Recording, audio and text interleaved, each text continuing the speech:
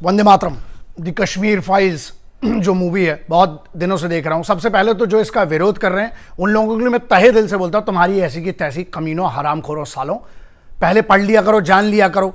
किसी ने इतनी मेहनत करी इतने सालों बाद, तो कोई इतिहास एक ऐसा नंगा सज्जो है जो जिसके बारे में बात ही नहीं हुई है ना। सिर्फ कश्मीरी पंडितों के लिए तो यह हुआ कि चुनाव के मुद्दे रहे हैं, लेकिन जब उन परिवार, हाँ इसमें गलत यह है, मैं बताता हूं जो मुझे समझ में आया वो गलत यह है कि सच नहीं दिखाया गया। क्यों नहीं पता है क्यों सच नहीं दिखाया गया? क्यों?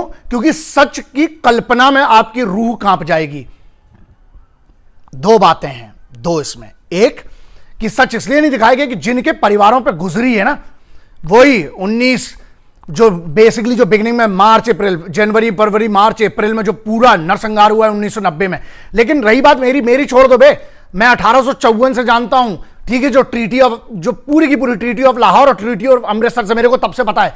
और मुझे इतिहास बिल्कुल ना समझाए, मैंने थोड़ा बहुत पढ़ के, लेकिन इतना तो पढ़ के बैठा हूं कि किसी पे विवाद कर सकता हूं। स्पेशली कश्मीर की बात है ना, गुलाब सिंह साहब के बारे में आपने पढ़ा भी नहीं होगा, जिन्होंने रैप्टा मार के 75 लाख में उठा लिया था अंग्रेजों को, फर्स्ट एंग्लो सिख वॉर में जब जूते मारे थे अंग्रेजों को। तो 1854 से मेरे को पता है बहुत ज्यादा इतिहास। बात यहां है जिनको इतिहास नहीं पता, अबे जिनको ये नहीं पता कि दादा के बाप का नाम क्या था, वो इस पे कमेंट कर रहे हैं, है ना।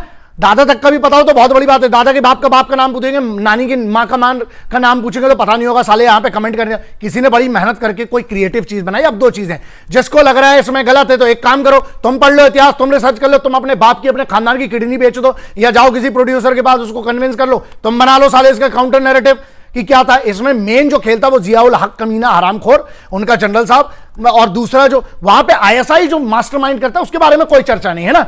लेकिन एक ये बात भी गलत है कि जो वहां पर जो उस समय के जो 90s में हुआ है जो कश्मीरी पंडितों के साथ, आज आपको यह ध्यान रखना है कि इसके आगे आपके साथ क्या होता है, एक है। और दूसरा, सरकार को इस पर वापस लाकर उनको उनके घरों में बिठाना चाहिए, और जो उनके घरों पे कब्जा करके आज भी बैठे हैं, लात मार के भाव साले हरामखोरों को, तो मैं समर्थन करता हूं और मैं चाहता हूं हर स्कूल कॉलेज और सब में इसका कंपलसरी कर देना चाहिए। और जिसको लगता है गलत है, जाबे कोर्ट चले जाओ ऐसी की तैसी, बट अपनी ऐसी तैसी मत करवाओ। किसी ने मेहनत करके कोई काम किया है उसकी इज्जत करो, सम्मान करो। कलाकारों ने बेहतरीन काम किया, और सुनो, हमें औकात नहीं है किसी के भी कि पैसे देके रिव्यू करवा ले। अगर पैसे देके रिव्यू करना होता, हर हफ्ते की 4 मूवी आती हैं, मेरा वो काम नहीं है बे। इसीलिए मैंने इस पे इंतजार किया, मैंने अपना वक्त लिया, क्योंकि मैंने क्या कहा था, बहुत सारे लोग लिख रहे थे सर आप इस पे रिएक्ट करो, क्यों करे बे, तुम्हारे बाप के नौकर लगे, हाँ तुम्हें अगर खुजली है, तुम्हें कुछ गलत या सही लगता तुम भी कर रहे हो ना, हम तुम्हारे लिए सब करें, शादी हमारे भरोसे करोगे क्या बे?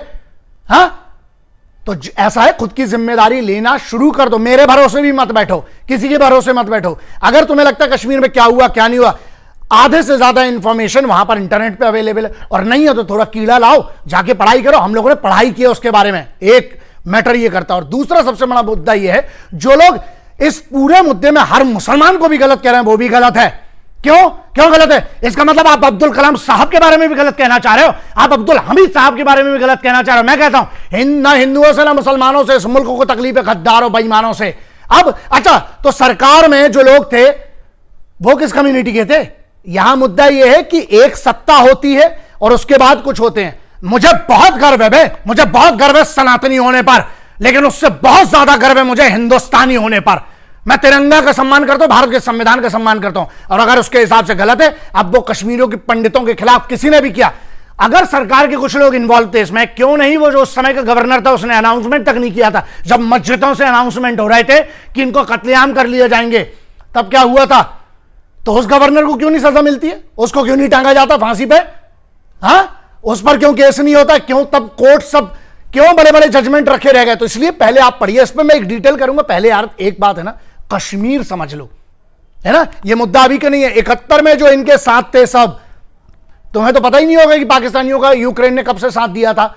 बहुत सारी चीजें हैं इसमें, बहुत सारी चीजें हैं, लेकिन एक बात बस ध्यान रखना कि अपने वतन को ना अंदर से खोखला मत होने दो, मिलके रहो। और हां, जिसने गलत किया, कश्मीरी पंडितों के साथ जिसने गलत किया है, आज मैं सरकार से कहता हूं कि आज आप पूरा का पूरा आपके पास पावर है, आप मेजॉरिटी में हैं, ठीक है। तो मैं ये कहता हूं कि आज भी बहुत कुछ किया जा सकता है, मुझे आशा है सरकार करेगी।